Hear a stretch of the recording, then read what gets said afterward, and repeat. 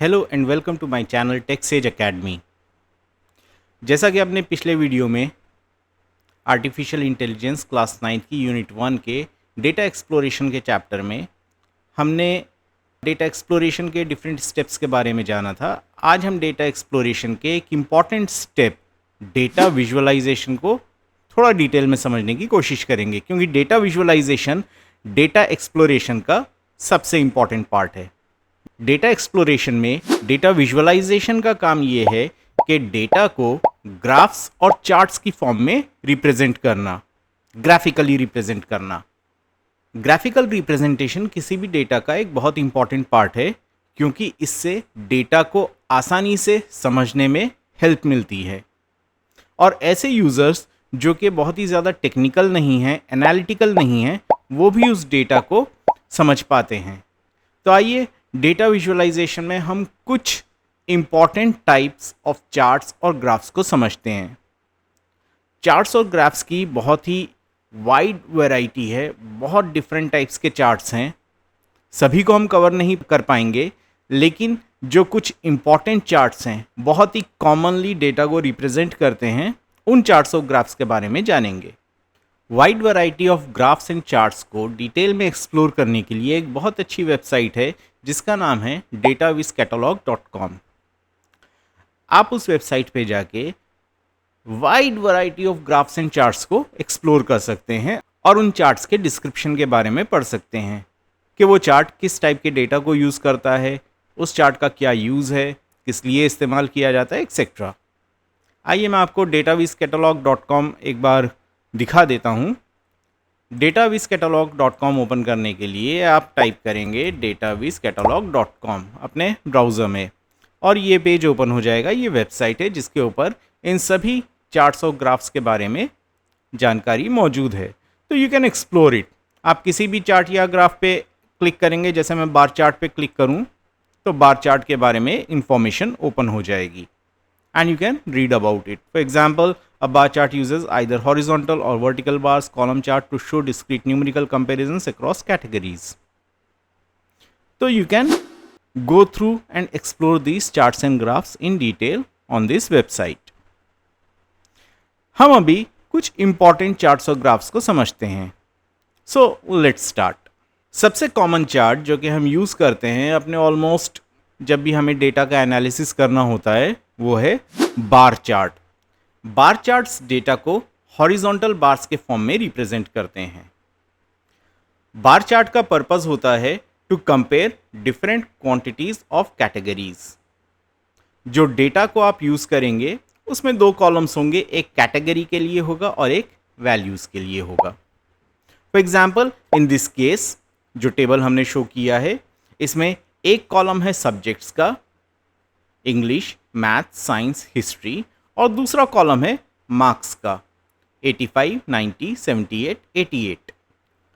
इसमें कैटेगरीज यानी सब्जेक्ट्स आपके वाई एक्सिस पे आएंगे और मार्क्स एक्स एक्सिस पे आएंगे हॉरिजॉन्टली। तो बार चार्ट इस तरीके से आपके डेटा को विजुअली रिप्रेजेंट करेगा। कॉलम चार्ट जिसमें वर्टिकल बार्स आते हैं।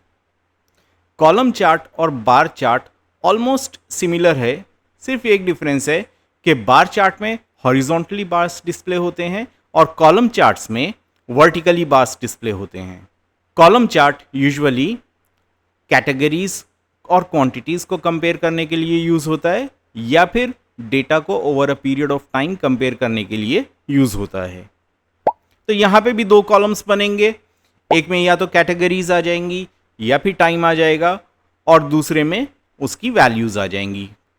यहाँ पर एक्स एक्सिस पे कैटेगरीज प्रेजेंट की जाएंगी और वाई एक्सिस पे वैल्यूज प्रेजेंट की जाएंगी, या फिर एक्स एक्सिस पे टाइम आएगा और वाई एक्सिस पे वैल्यूज आएंगी। फॉर एग्जाम्पल यहाँ पे हमारे टेबल में एक कॉलम है मंथ के लिए और दूसरा कॉलम है सेल्स के लिए। तो मंथ हो गए जनवरी, फरवरी, मार्च, अप्रैल, और सेल्स वैल्यूज़ हो गई 1200, 1350, 1500, 1100। और इस तरीके से ये कॉलम चार्ट में डिस्प्ले हो जाएगा वर्टिकल कॉलम्स के फॉर्म में। Pie chart, pie chart data को प्रोपोर्शनल स्लाइसेस के फॉर्म में डिस्प्ले करता है। It displays parts of a whole. यहां पे जो डेटा टाइप यूज होता है वो होगा कैटेगरीज प्लस उनकी वैल्यूज। ये जो कैटेगरीज हैं इनकी वैल्यूज को अगर टोटल किया जाए तो that will form 100% of the whole. इसमें जो डिफरेंट रोज रहेंगी वो उस पाई का एक स्लाइस रहेगा जिसकी एक स्पेसिफिक परसेंटेज रहेगी। और जब हम पाई चार्ट को बनाएंगे तो अलग अलग स्लाइसेस के फॉर्म में सभी रोज डिस्प्ले होंगी और ये जो स्लाइसेस हैं ये परसेंटेज शो करेगा ऑफ 100%। 100% का कितना हिस्सा है। फॉर एग्जाम्पल हियर हमारे पास एक्सपेंस टाइप है कि रेंट, फूड, ट्रैवल और अदर एक्सपेंसेस, और इनकी वैल्यूज हैं 5000, 3000, 1500, 500। और जब हम इसको पाई चार्ट के फॉर्म में रिप्रेजेंट करेंगे तो इस तरीके से इसके स्लाइसेस बन के नजर आएंगे हमें। Next important chart type is line chart. Line chart shows trend over a period of time. Line chart over a period of time trend को शो करने के लिए ज्यादा यूज होता है। फॉर एग्जाम्पल जनवरी में आपने कितना अर्न किया, फरवरी में आपने कितना अर्न किया, मार्च में आपने कितना अर्न किया।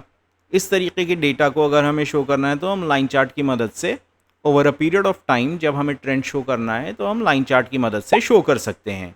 यहाँ पे इस एग्जाम्पल में ईयर 2018, 2019, 20, 21 और इसमें पॉपुलेशन इन लैक्स 12.5, 13, 13.8, 14.5 ये पॉपुलेशन है।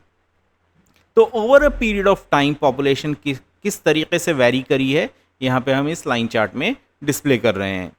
यहाँ पे भी दो कॉलम्स होते हैं, एक डेटा टाइप होता है जो कि टाइम को रिप्रेजेंट करता है और दूसरा डेटा टाइप होता है जो कि वैल्यूज को रिप्रेजेंट करता है।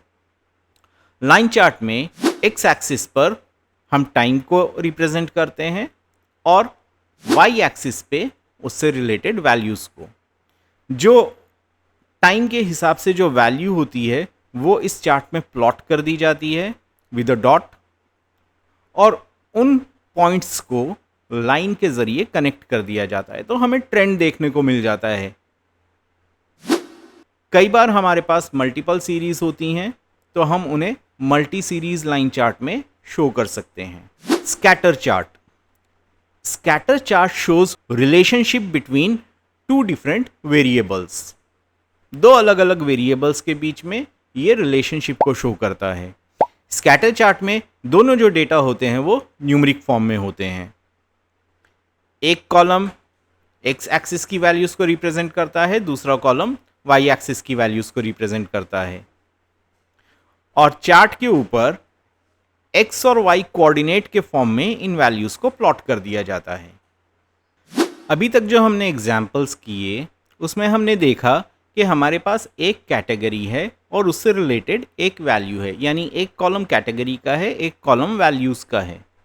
दो कॉलम्स हैं जो कि बड़ी आसानी से 400 ग्राफ्स में रिप्रेजेंट किए जा सकते हैं।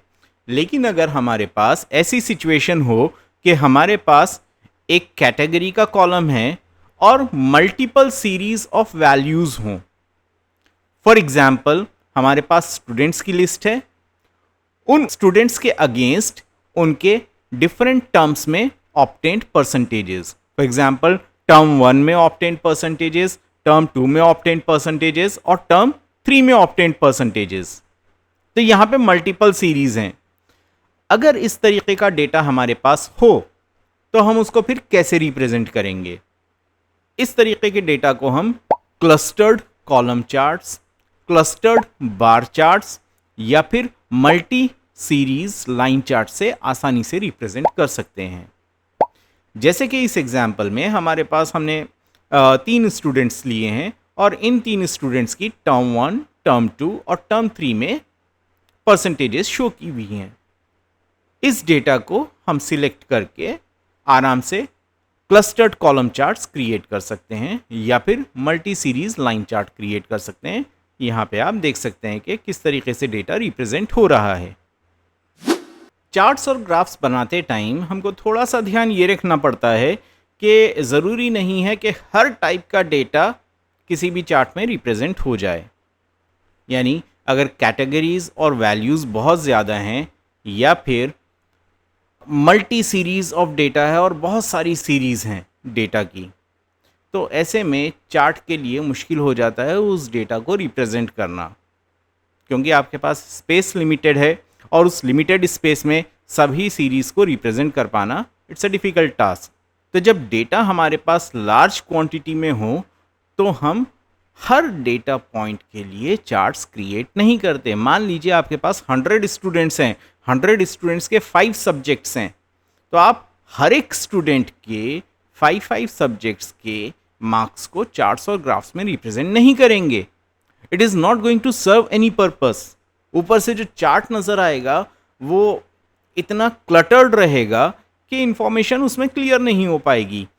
ऐसे केसेस में एनालिसिस के लिए आप या तो एवरेज कैलकुलेट करेंगे, उसको चार्ट्स में रिप्रेजेंट करेंगे, या फिर कोई एक कॉमन वैल्यू लेंगे जिसको अमंग्स डिफरेंट कैटेगरीज, आप कुछ कैटेगरीज क्रिएट कर लेंगे। मान लीजिए 100 स्टूडेंट्स हैं जो कि 3 डिफरेंट सेक्शंस में पढ़ते हैं, तो आप सेक्शन वाइज डेटा को एवरेज करके या ग्रुप करके फिर उनके ऊपर चार्ट और ग्राफ क्रिएट करेंगे।